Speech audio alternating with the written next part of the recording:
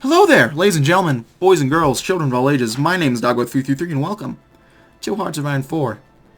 The New Order Last Days of Europe. Not Last Days of Europe. It will be when the full mod comes out. Don't surf as South Africa. In the last video, Civil War happened. Let's go ahead and give you guys, Christian Dutour. Private Timothy Brooks counted 8 other men hiding with him in the ramshackle apartments.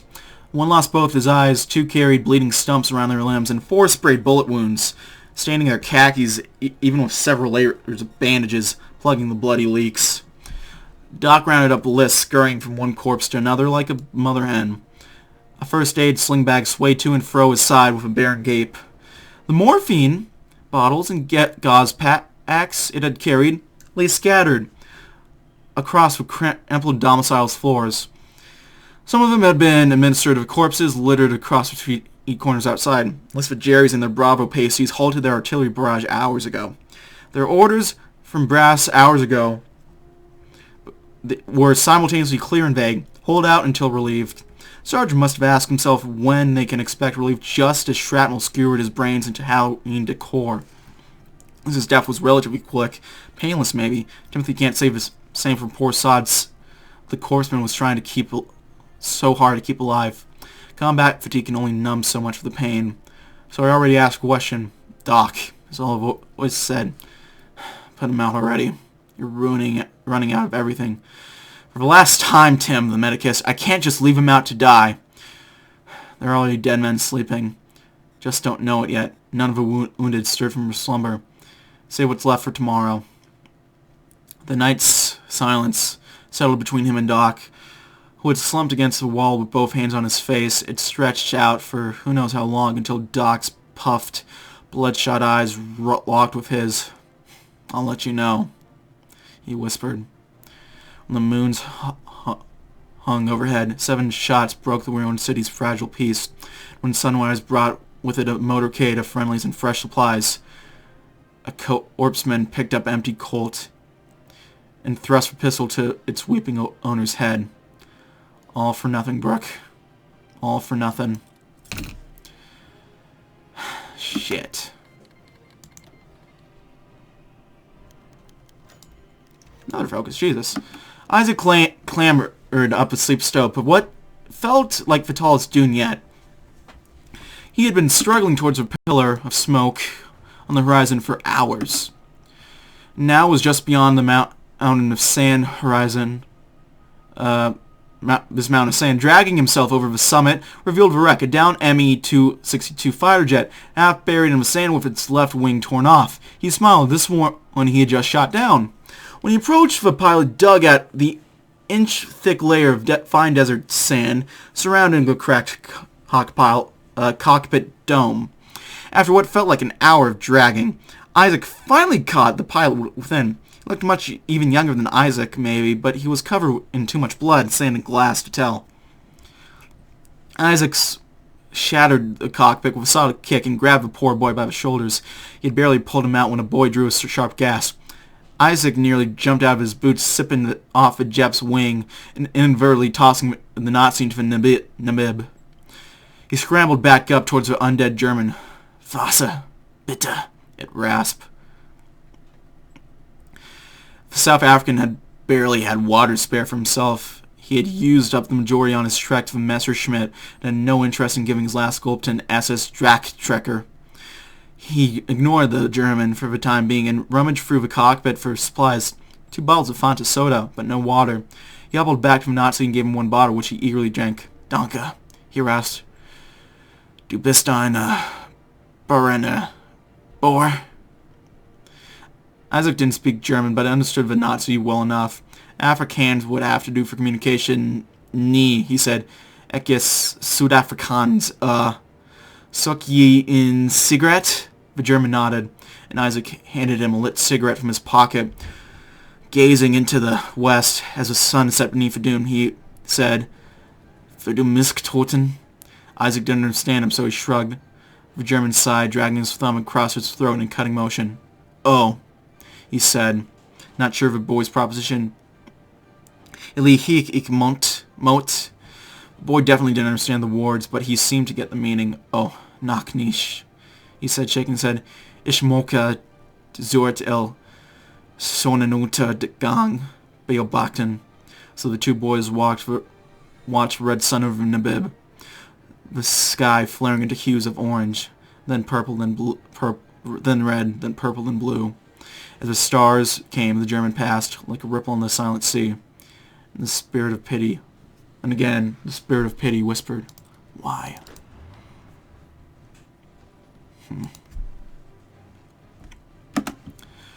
We're managing to push pretty well into the Boer territory, which is nice. I'm curious, do we have any, do we have a focus? The Boers don't even have a focus tree, which is interesting.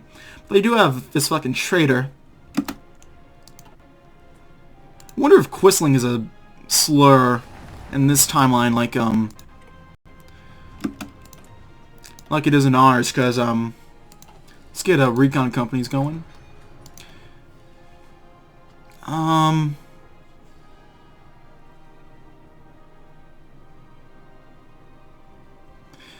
Let's work on beating back the invaders, I think. Or...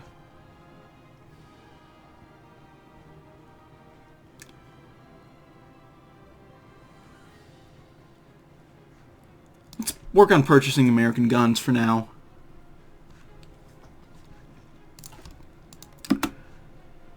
And how long are they going to stand? How much longer do they got? Africa Shield... they're 92% of the way towards capitulation. The arrival of the Australian contingents at to the OFN's South African Advisor Group was treated as something of an afterthought, both by American planes and their Africa Shield counterparts.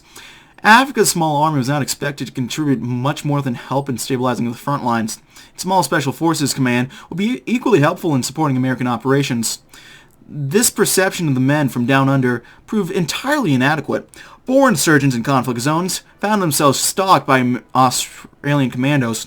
African SS divisions walking into contested territories would be repelled not by the industrial might of the American bomber fleet, but by ambushes, sabotage, and misdirection.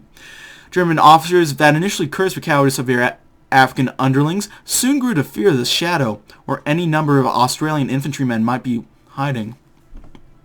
The lessons learned by Australia in the waning days of the Pacific War, the jungles of Southeast Asia, are proving their relevance to modern conflicts.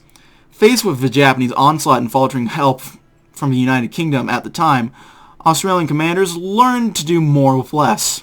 Information gathering was often left to company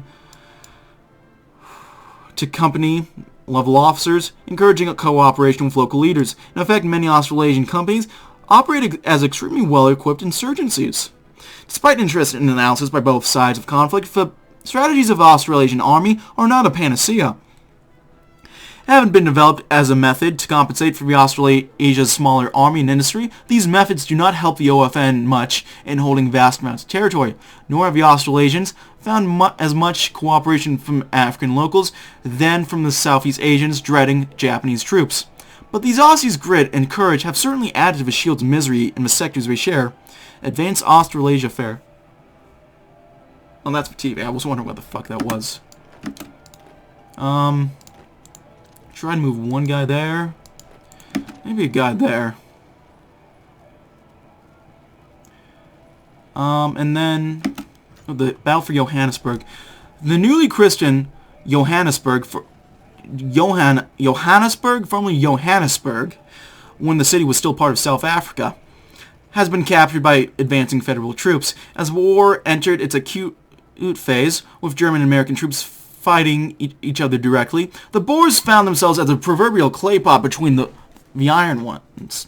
The newly established Boer Republic was immediately invaded, and despite the trickle of supplies from the Shield, the Federation was able to break through the border defenses and directly push for Johannesburg in their effort to force the insurgent state to capitulate. As the second most populous city in all of South Africa, Johannesburg was heavily garrisoned and protected. But it proved too little to stop the advancing attacks. The fortifications were torn down by heavy bombings, which were immediately followed by a general offensive. Despite the valiant effort of the Boer soldiers, they couldn't resist via impetus and were forced back to the city center.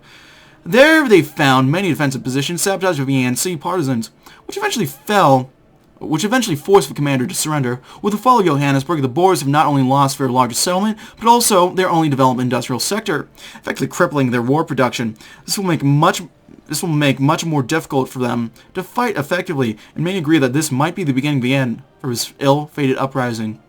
And yet the war goes on. Sport weapons 4, I think, is the move. We can develop Cape, which I think we will do. We still don't own the Freestadt. What do we want? Get some more rifles. Could also do the Windhoek plan.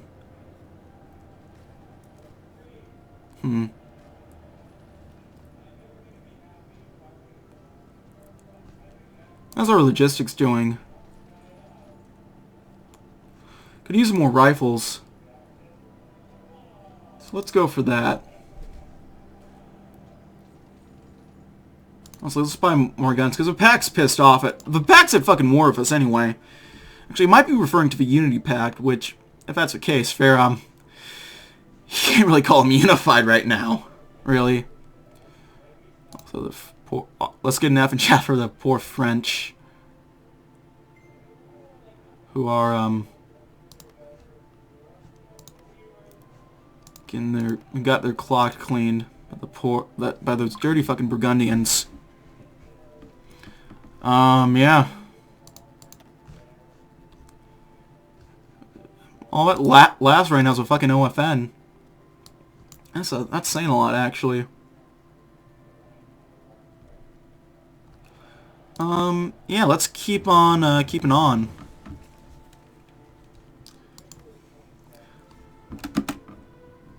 I think our last move really is to take Pretoria. If we do that, we pretty much have this unlocked. And let's not move there, actually. Because I can't imagine they're going to last much longer, especially if we take Pretoria. Again, I should have said this at the beginning, but I'm not South African. Obviously. Maybe not obviously. Democracy returns to Italy. Interesting. But, oh, Jesus Christ. More fucking events. I'm trying my best here. You know? And, yeah. Good morning, Youngsfield. The crowd explodes. There's well over 1,000 of them, GIs and blue suiters and their South African counterparts spread out across a decommissioned Cape Town sports field. Young men all clad in jumpsuits and birth control glasses. They're grinning, laughing, and slapping their buddies on the back, and they couldn't be more afraid. That's what Bob Hope always sees on his tours, day in and day out. There'll be a photographer taken of this moment. Hope dressed in slacks, a golf club in one hand like the Nixon voter he is, and a microphone in the other. Table Mountain in the background, some Swedish-American beauty off to the side getting ogled, the sun shining bright over the darkest Africa. Iconic. But right now, all Bob sees is with fear. So he does what he does best. He cracks one-liners, pokes fun at mess hall food and the military lingo, and he makes the soldiers proud to be there. You know, he jokes, they call this place the world's biggest distributor of Messerschmitt parts. Cue the cheers from the Air Force boys. The Marines start warring when he translates Semper Fidelis as, "Don't worry, Doc, just nail it back on." As he wears easy smiles for the crowd, he looks out of the signs. Some of them are holding hometowns, loved ones, of a date they plan on coming back.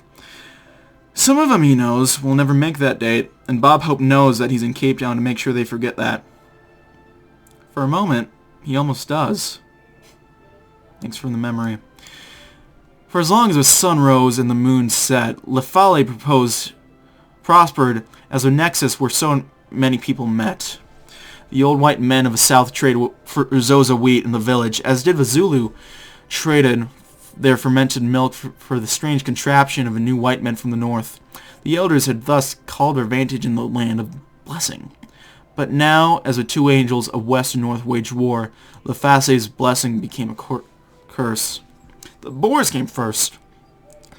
They took the village's goods despite their owners' protestations, cursed with savages who dared to resist and left behind a garrison of armed men. Some left seek to redress in a nearby town, never to return. A few crept off to join their rebel brethren, take an eye for their lost tooth, but most stayed put. Life went on. Next came the Americans. The Boers fled before they arrived, so to sate their disappointment, the new white men captured Lefali's reigning eldest for collaboration and handed bars of chocolate. A headstrong young man dared to speak out against her captor's unfair exchange, receiving a rifle butt to the face for his troubles. Some talked of fleeing to safer ground, but most stayed on. The white man will leave, as we had before. Life went on. Last came the Germans. They wore black uniforms, skull-capped medals, and cold faces. They took all that was left and ordered every young man who could carry a gun onto the village center. Old and young cowered in their huts when they heard 3 distinct shots. First shouts in an unknown tongue, then gunshots, then screaming. Days passed before the survivors emerged to gather their fathers and sons. Sapped of their strength, the survivors stayed put and slept and wept. Only the specter of famine forced them back to their farms and herds. But soon burnt husks were butt-rested with fresh timbers. Some huts were rebuilt wholesale. The old died and laid beneath fertile earth. The boys became men, married the many women who survived with them. Lefali had prospered anew. The wheel turned. Life went on.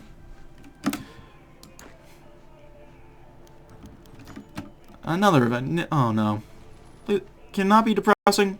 There's no silence in the high veld, for it is broken by the crunching of boots of a sandy road, through the rocks and the dust, the land without water.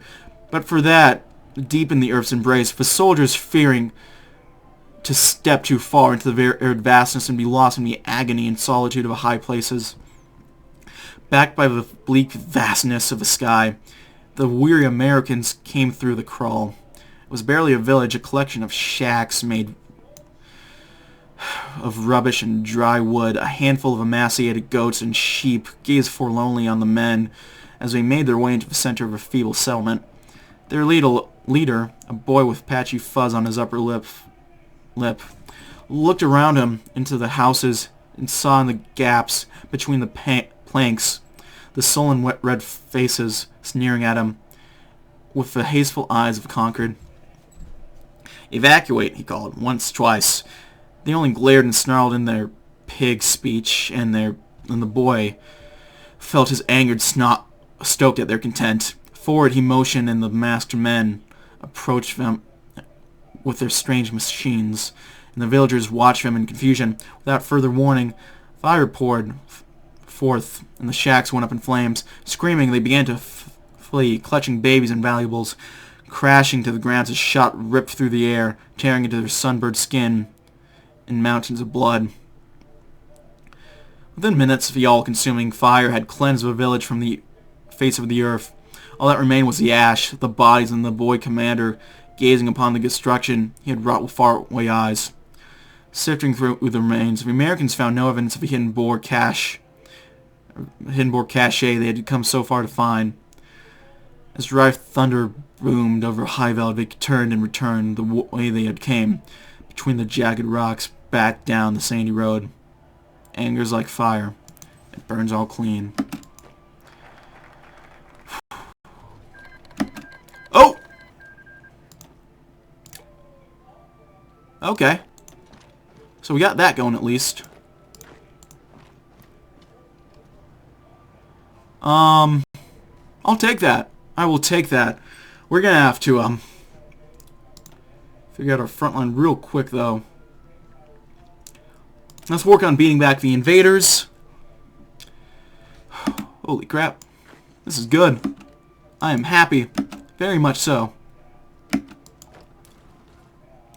Got them to capitulate.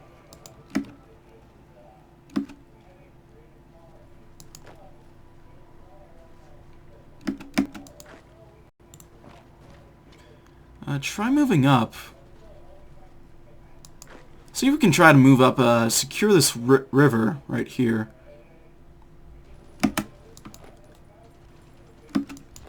apparently, actually, we're starting to do it.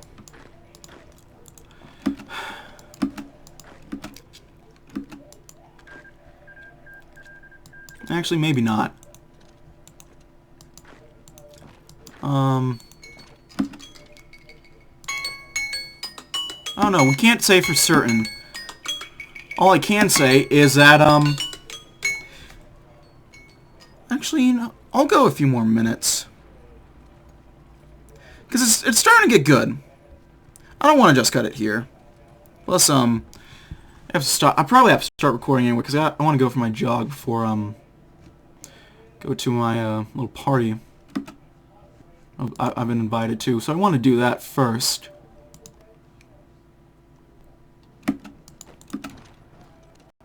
Let's take the last bit of Boer land.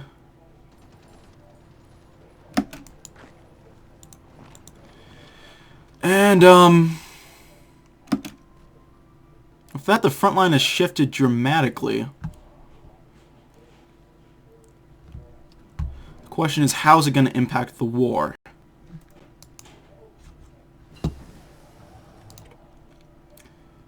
We've just about taken... No longer get the effect from Uncle Samurai. That's not good. That gave us a lot of nifty little bonuses. Which is a bit of a shame, but... Oop, bombs over bastards. The rudder of the engine brought Rudolph back to reality as he struck the side of a damn thing with his fist. Fucking rubbish. He growled at the heat around him, making it difficult to focus as the plane made his way through the makeshift runway, shaking just a little bit. Eventually, though, luck favored him for once in his life, and the plane finally began to climb upwards. Finally. His hand on the wheel tightened, and he took a deep breath. He had to do a bombing run, though he hoped that he wouldn't pass out from a heat stroke in the middle of doing so. There was plenty of ground and plenty of targets, so his trip would last for quite a while. The sun was already beginning to set when he entered enemy territory. Thankfully, he wasn't really expecting much resistance in the way of anti-aircraft guns, considering the bloody Africans were hardly prepared for war against the German machine. At least that's what he hoped for. And that's what he paid for. Looking down from his cockpit, he could spot a few settlements scattered wildly with only gravel roads to connect them. One of them, however, seemed lit up in a way that particularly struck him as odd. With his reflexes of a bomber pilot, Rudolph turned the wheel and grinned. American idiots. He muttered under his breath, sorry to say, but I believe that Rudolph has found you. Now, if you just come out of your little hidey holes, proper time and the press of a button, he expended a little of his stock, as the plane just got a bit lighter. Nodding slightly to himself, Rudolph steered the plane towards his designated location, and smiled when he heard the oh-so-familiar noise. He didn't receive a full reconnaissance report of the area, true, but he had already done the deed. He was sure the village was up in chaos and shrieking in flame. After all, was doubts. Perhaps there weren't any Americans in there, but it was their fault for deciding to stick out like a sore thumb in the war. Unless Americans deal with either way. Yep, that's war. Let's see, partisans are kinda holding out. Well, it looks like, these guys are gonna end up winning. Let's get working on strategic cycles, get some breakthrough and some organization.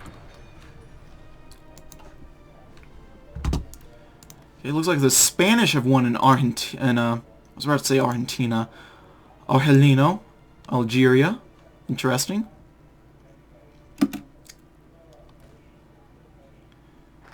We're starting to push back pretty well. In fact, we might end up pushing pretty well into Sud-West Africa. I mean, we're about to take out one of our guys actually. I think let's increase our conscription. We're doing better in my test run, actually, than I did, we're doing better now than I did my test run. Because I was pretty low on manpower at this point already. So So that's kind of interesting how well that's working. No, no, stop it. Stay. There we go. There we go. Yeah. I think the move now is just keep moving forward. Well, we gotta get the whole army assigned to it. We might take Windhoek, which, modern day Namibia?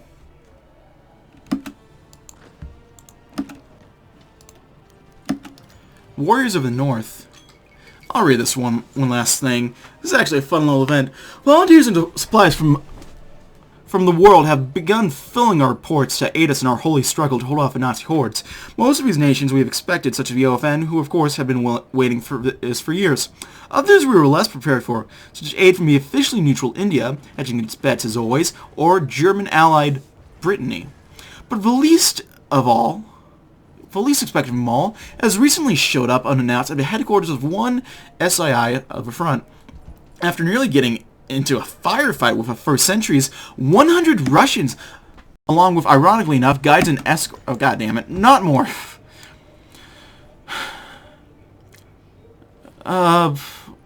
Guides and escorts from Central Africa hired via Breton connections, claiming to hail from the various warlord states of the former Soviet Union, approached the base commander and immediately offered their services.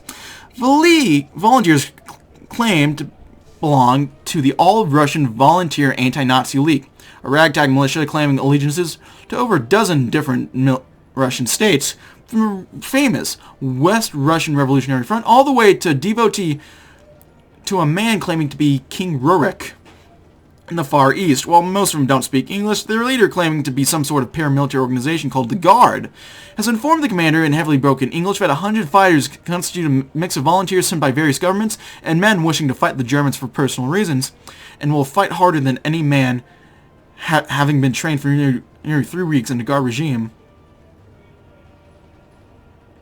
Well, I'm not going to turn away brave fighting men. We can find a place for them. Let's just go a little bit longer. I'm gonna have to stop. Jesus Christ. I'm just gonna save the game. I'm gonna call it here, folks. Thank you as always for watching. If you like this video, go ahead and leave a like. If not, feel free to dislike. If you want to see more of my content in the future, go ahead and hit that button down below. The subscribe button, to be more specific, for more uploads every weekday. As well as every Saturday. If you have any comments, feedback, and concerns, go ahead and leave in the comment section below. I read all the comments I get, and I appreciate any all feedback you kind of folks might have for me. If you want to send a few bucks my way, if you're so inclined, go ahead and do so. I have a Patreon link below. You can check it out if you want to. If not, fair enough, but I'd appreciate if you could. Also have a Discord down below if you want to check it out. We can chat, play games, and just have a grand old time in general. So, yeah. That's about it, folks. My name has been Doggo333. Thank you for watching as always, and I'll see you guys next time. Goodbye.